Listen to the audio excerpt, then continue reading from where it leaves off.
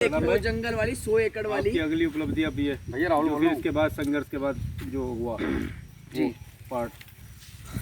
नहीं, उसके बाद तो 2006 के बाद जब मेरी फील्ड ऐसी डैमेज हुई ना, तो मेरे मित्र हैं गजेंद्र पाटीदार, जिनको मैं गुरु भी मानता हूँ, अध्यात्म में हैं।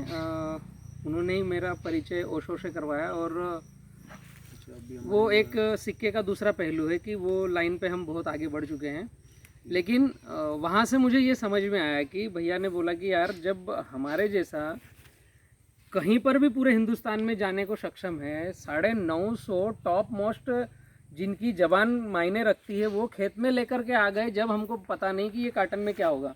तो जो बेचारा किसान आज की तारीख में खेती कर रहा है, वो तो अंदाज पंचे दामोदर हो रहा है। हमारे यहाँ क्या चलता है, आपने क्या डाला, मैं फटेरा लाया, वो फटेरा कहाँ मिला भाई, मुझे ही मंगवा दे, डाल दिया भाई, जरूरत है नहीं है, पता भारत नहीं। में यही हो रहा है।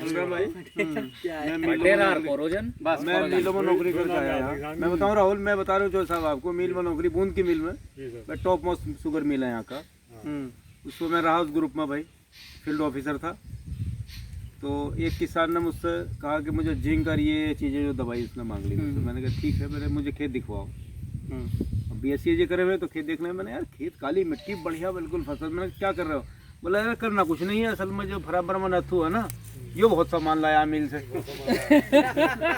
मुंह को देख रहे, मैं उसके मुंह को देखा, मैंने कहा भाई नथु सामान लाया, उसका गन्ना और आपके गन्ने में अंतर देखिए। आपका गन्ना ढहने को तैयार है और उसका बेचारा का भी मर गया, वो खेत कमजोर है, आप क्यों ला रहे हो? ना सुपरवाइजर साहब देखो, ये गलत बात है, आपको देना नहीं कर रहे हैं।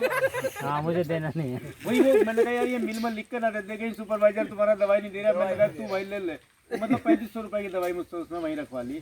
मैंने फ़ोन किया मिल में, भाई 3500 रुपए की फला फला गाँव में है, जिसका कोई यूज नहीं है, कुछ है नहीं था भाई। मतलब क्या हो उसका, उसको भाई गन्ना ऐसा था जो भेड़ चाल जिसने लिया उसका गन्ना ऐसा, और वो कह रहा है जिसका ये राहुल कह रहा है भाई नहीं मुझे और डालना है इसमें भी। मैंने कहा डालना में 1 एकड़ पेड़ी वो खड़ी। तो ये एक भेड़ चाल है बलराज भैया। ये भाई की ताऊ जी के लड़के की, इसने पूरे घोड़े खोल रखे हैं इसमें। और अब अंतर देख लो वो गन्ना कैसा है। 2100 रुपए 5 बीघे में लगाया उसने 10 ये रखे, जो का नाम वो आया तो 12 बीघे में बोलूंगा मिला है। ये भाई लोग कट्टे डाल रहे हैं, मैं किलो से डाल रहा हूँ।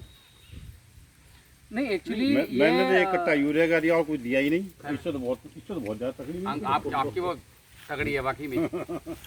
नहीं, एक्चुअली बाबूजी ये हो क्या रहा है, जैसे हम अगर यहाँ बैठे हैं चौपाल पे और इस विषय पे बात हो रही है, तो हमें ये जानकारी है कि गड़बड़ी कहाँ है, तो उसकी अगुवाई कौन करेगा और कब करेगा। सबसे बड़ा क्वेश्चन तो ये है। हमें सबको मालूम है कि किसान अनभिज्ञ है। भेड़ चाल शब्द थोड़ा गड़बड़ है किसान के लिए, गलत है वो। एक्चुअली किसान अनभिज्ञ है, ज्ञान नहीं है वहाँ पर। तो वहाँ तक जानकारी पहुँचाने के लिए कौन अगुवाई करेगा? ऐसा किसी न किसी को आगे आना पड़ेगा। घंटी कौन बांधेगा? हाँ, घंटी कौन बांधेगा, ये बड़ा प्रश्न है। तो वहाँ मुझे गजेंद्र भैया ने बोला कि बलराम अभी तो तेरे को ही खींचना है। तो अब ये मिशन बन गया है एंड तक का। अभी तो ऐसा ही चलेगा ये। अभी कारवा बन रहा है। ये एक और मैं बलराम भाई, नमस्ते भैया। बलराम भाई, एक ये चीज़ है, जैसे आप अभी फील्ड में आ गए और जहर रहित खेती के लिए आए, हम कोई जहर अपने खेतों में नहीं डालना। दूसरी बात ये आती है कि फिर क्या गवर्नमेंट इसमें हमारी क्या हेल्प करे? मान लीजिए जैसे ये यूथ है, दिल्ली का है और मल्टीनेशनल कंपनियां छोड़ के ये खेती में आएंगे, देन कोई प्रॉब्लम अगर आती है तो गवर्नमेंट इनको क्या कह रही है? यूथ के लिए गवर्नमेंट के पास क्या पॉलिसीज हैं कि यूथ भी खेती में आ जाए, अपनी परंपरा संभाल ले, और ये कभी डगमगाए जैसा आप डगमगाए और आपको तो चलो और लोग संभाल के ले गए, हमें कौन संभाल? अगर ये यूथ जो नया आ रहा है, जो मल्टीनेशनल कंपनियां छोड़ के जो आ रहा है, घर वालों ने उसको कहा आप कैसे एक मौका करेंगे? दे रहे हैं, करना है, फिर उसके बाद उनके लिए क्या पॉलिसी अगर है? फेल हुए तो जो काम है वो नहीं छोड़ना, वो नहीं छोड़ना, वो चलते रहने वो देना पॉलिसी क्या है गवर्नमेंट के पास कि हम कहीं गिरने से बचे? है बलराम भाई, वो मैं पूछना चाह रहा हूँ, क्योंकि इनको भी ये पता लगे कि हम यहाँ श्योर हैं कि अगर कुछ नहीं होता तो यहाँ तो हम श्योर हैं कि यार ये गवर्नमेंट हमें यहाँ संभाल लेगी। तो ये एक वो है, मैं इस पर आप थोड़ा सा जरा प्रकाश कर दें। आपका प्रश्न 110% वाजिबी है, लेकिन सही मायने में देखा जाए तो इस प्रश्न की आवश्यकता ही नहीं है। Very good. उसका कारण ये है कि अगर हम ऐसे प्रश्नों को लेकर के एग्रीकल्चर में आगे बढ़ने की चाहत रखते हैं तो अभी तक जितने लोग आगे बढ़े हैं वैसे ही हम आगे बढ़ेंगे, मतलब कोई विकास नहीं होगा। हाँ ये भी है। कहाँ शुरुआत ही ना करें इधर से तो। अगर गवर्नमेंट के पास बहुत समय है, योजनाएं बहुत है, धरातल पर क्या है कुछ नहीं। वो वहाँ जो पेपर पे बना उसको यहाँ रिसीविंग करते तक इतने लचीले जटिल प्रोग्राम हैं जिसका कोई कुछ रास्ते नहीं है, पैमाने नहीं है और न उसकी कुछ है। शायद अभी इस सेशन में नई खिड़कियां बन रही है तो थोड़ा वहाँ से निकलता है तो 25% पहुँच रहा है, 75 अभी भी गड़बड़ी है। योजनाओं में कोई दिक्कत नहीं, वो योजनाएं अगर धरातल से बन करके ऊपर जाए, वो योजनाएं हैं ऊपर से बन करके धरातल पे आ रही है, तो आप मेरे हिसाब से गवर्नमेंट से हम क्या ले सकते हैं उसकी बजाय गवर्नमेंट हम ही है। गवर्नमेंट है कौन? गवर्नमेंट को हम दे क्या सकते हैं? हम यूथ, हम किसान गवर्नमेंट को क्या दे सकते हैं? अगर ये हमारा डीएनए हमने चेंज कर लिया,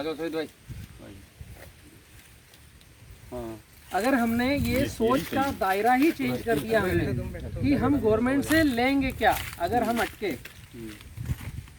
इसको दूसरी भाषा में बोलेंगे, अगर गवर्नमेंट अटकी तो हम किसान देंगे क्या उसको, तो आपकी सारी कायनात बदल जाएगी। तो बदल ही गया। तो मैं इस दिशा में चलने पर विश्वास रखता हूँ। तो मेरे हिसाब से आपका क्वेश्चन ही रॉन्ग है।